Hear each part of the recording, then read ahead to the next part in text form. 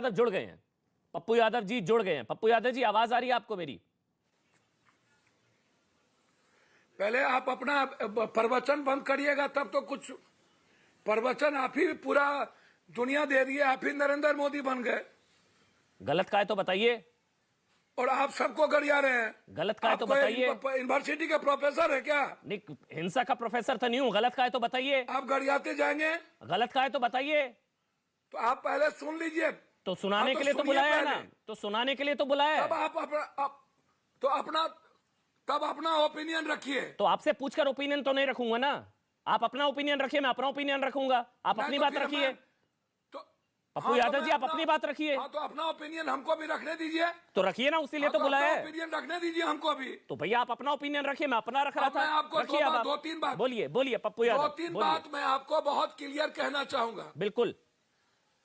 हिंदुस्तान की आजादी के इतिहास के पहले और दुनिया में स्पेन हो, स्वयं का आंदोलन हो, या दुनिया में जितना बड़ा भी परिवर्तन हुआ है, ये परिवर्तन, मेरी आवाज आ रही है? बिल्कुल पप्पू यादव जी, क्लियर आ रही है, खुलकर बोलिए। ये परिवर्तन, ये परिवर्तन, आप जरा सा दुनिया के परिवर्तन के इतिहास को उठा के देखें। एक दूसरा, इसी हिंदुस्तान में, आजाद हिंदुस्तान के बाद बहुत बड़े बड़े आंदोलन आए। आरक्षण के आए, मंडल के आए, मंदिर मस्जिद के आए, कमंडल के आए, जाट आंदोलन आया, मीना आंदोलन आया, गुज्जर आंदोलन आया, उसके बाद स्वर्ण आरक्षण आंदोलन आया।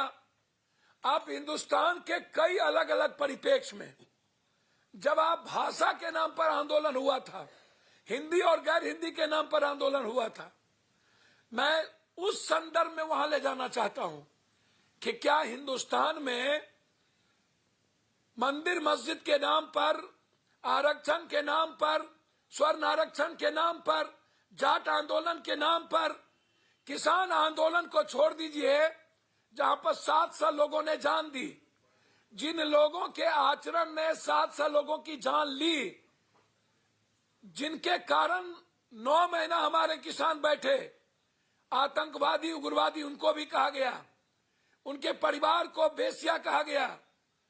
क्या मैं आपको जानना चाहता हूं, किसान आंदोलन पे गाड़ी चढ़ाई गई, मंत्रियों के द्वारा, केंद्रीय गृह मंत्री के द्वारा गुलदस्ता दिए गए, आप उसको हिंसा नहीं कहेंगे? तो ये आज लाखों लोग किसानों मर के गए लिए थे, था। हजारों हजार लोग मंदिर में। मेरी बात तो सुनिए। तो किसान कहां से आ गए? तो छात्रों की बात हो रही है ना। ये मंदिर मस्जिद का मंडल कहां से आ गया? तो कर रहा हूं।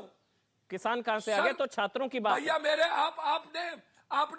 आपने हिंसा की बात की तो मैंने आपको याद दिलाया। अच्छा, ठीक है, ठीक है, ठीक है। दूसरी बात, 8 सालों में 20 लाख भी नौकरी नहीं दे पाए, 8 करोड़ की बात करने वाला व्यक्ति मैनिफेस्टो में कहते कुछ है, रोजगार पर नारा देते हैं, और उसके बाद 8 सालों में पूरी नौकरी को समाप्त कर, सबका निजीकरण कर, नौकरी भी आर्मी और रेलवे के अलावे, रेलवे एनटीपीसी के अलावे, बिहार में पुलिस भर्ती के अलावे, शायद लगभग नौकरी के नाम पर आउटसोर्सिंग, नियमित, नियोजित, इसके अलावे जो बच्चे 5 साल तक तैयारी करते हैं, लगभग नौकरी आपने हटा भी दी।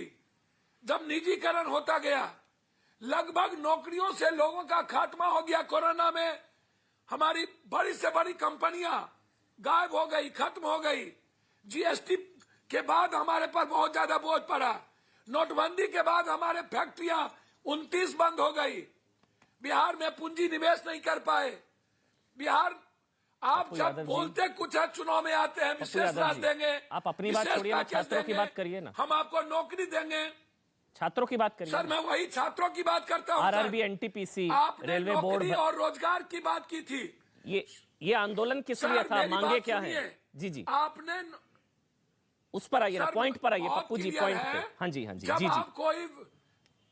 जब आप कोई वैकेंसी निकालते हैं, हाँ। एक तो इतने दिनों के बाद वैकेंसी निकली, आप 1 साल, आपके पास 1 लाख ही मात्र एग्जाम लेने की सुविधा है पूरे कंट्री में। यदि आप सुबह 1 लाख, शाम 1 लाख लेंगे तो मिनिमम 2 लाख होगा। कोई भी 1 से 1.25 करोड़ बच्चे यदि अपना फॉर्म भरते हैं, एक तो 1 करोड़ ट्रेन और 40 बस लाख का भाड़ा, फॉर्म का भाड़ा बड़ी मुश्किल से, फॉर्म का भाड़ा पैसा बड़ी मुश्किल से माँ बाप से मिलता है। आप अरबों खरबों कमाते हैं फॉर्म के नाम पर, लेकिन कभी भी हमारे बच्चों को रिजल्ट आउटपुट नहीं मिलता है। हम या तो हाई कोर्ट में लटक जाते, सुप्रीम कोर्ट में लटक जाते, फिर डबल बेंच में चले जाते हैं, या बोर्ड हमें फिर, और तब तक हमारी उम्र खत्म हो जाती है। हम बहुत मुश्किल से एग्जाम देते हैं। तो पप्पू यादव जी, आप सारी मांगे मांग तो ली गई हैं। आज आप मेरे मूल प्रश्न पर आइए। पप्पू यादव जी, आपने 3 मिनट बोला। मैं अब आपसे सवाल पूछ सकता हूं अगर आपकी इजाजत हो?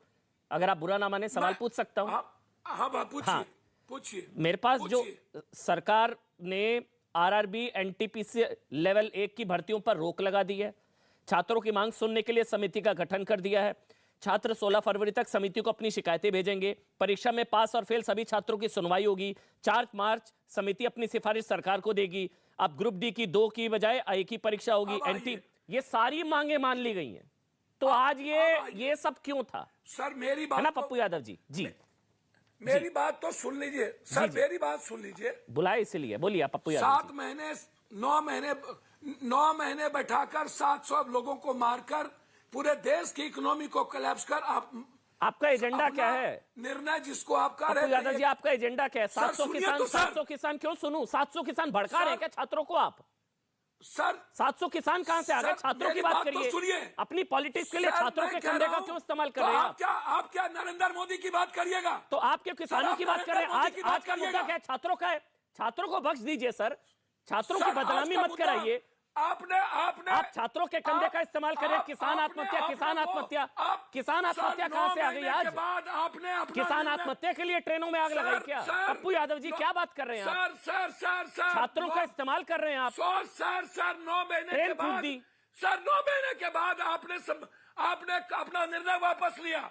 अब आप जब तो ले लिया ना, अब स्वतः आज क्यों बंद? आज ये आंदोलन क्यों जब ले लिया? सर सुनिए ना, सर सुनिए, बोलिए। सर उन्होंने जब 26 तारीख को पूरा यूथ और छात्र बगैर किसी पॉलिटिकल नेता और पार्टी के बगैर, ठीक है, प्रयागराज से लेके मध्य प्रदेश, ठीक है, जब सड़कों पर हमारे बच्चे 6 बजे शाम तक हाथ पर हाथ धर करके प्लेटफॉर्म और रेलवे पर बैठे थे। गौर से सुनिएगा। बोलिए 8 बजे रात में अचानक फोर्स आती है और रात्रि में वो आंसू गैस और लाठी चार्ज करती है। उसके बाद पत्थर फेंकता है, वो सब कुछ पुलिस के हाथ में है। ठीक। उसके बाद हमारे बच्चे वहां से भाग जाते हैं। ठीक। उस दिन 26 तारीख को कोई ट्रेन नहीं जली। उसके बाद 27 तारीख को आप प्रयागराज से लेकर, रामपुर से लेकर और पटना के कई मोहल्लों में ढूंढकर हमारे बच्चों को आप जानवर से बदतर जाकर के, फिर उस दिन हमारे बच्चे जब निकलते हैं तब तक आप कुछ नहीं करते हैं। दिन में 7 बजे के बाद आप हमारे बच्चों पर आप फिर से आंसू गैस और लाठी चलाते हैं।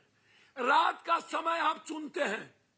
हिंसा, आपने वैकेंसी निकाली थी, आपने 20 करोड़ की बात, 20 गुना की बात की थी। आपने एक संशोधन नहीं हो सकता है किसी भी वैकेंसी में, विड्रॉ हो सकता है संशोधन, ये कानून नहीं है।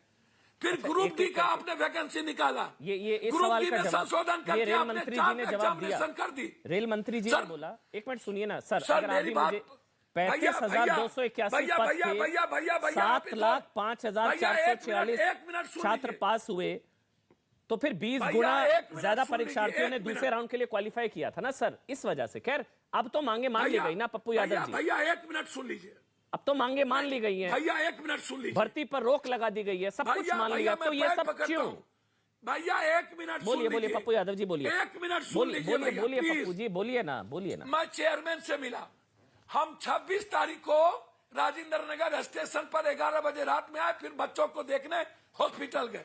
27 तारीख को हम चेयरमैन से मिले। चेयरमैन ने हमसे कहा कि सर 3.5 लाख ही हो सकता है, लेकिन वो 2.5 लाख भी जाएगा यदि जो बच्चे हमारे एग्जाम 5 में दिए हैं और ज्यादा यदि आ गए 5 में क्वालिफाइड, तो 2,64,000 से ज्यादा नहीं जाएगा। चलिए, आप कह रहे हैं, जबकि रेल मंत्री ने 2 बार प्रेस कॉन्फ्रेंस करके इस बात को बोले।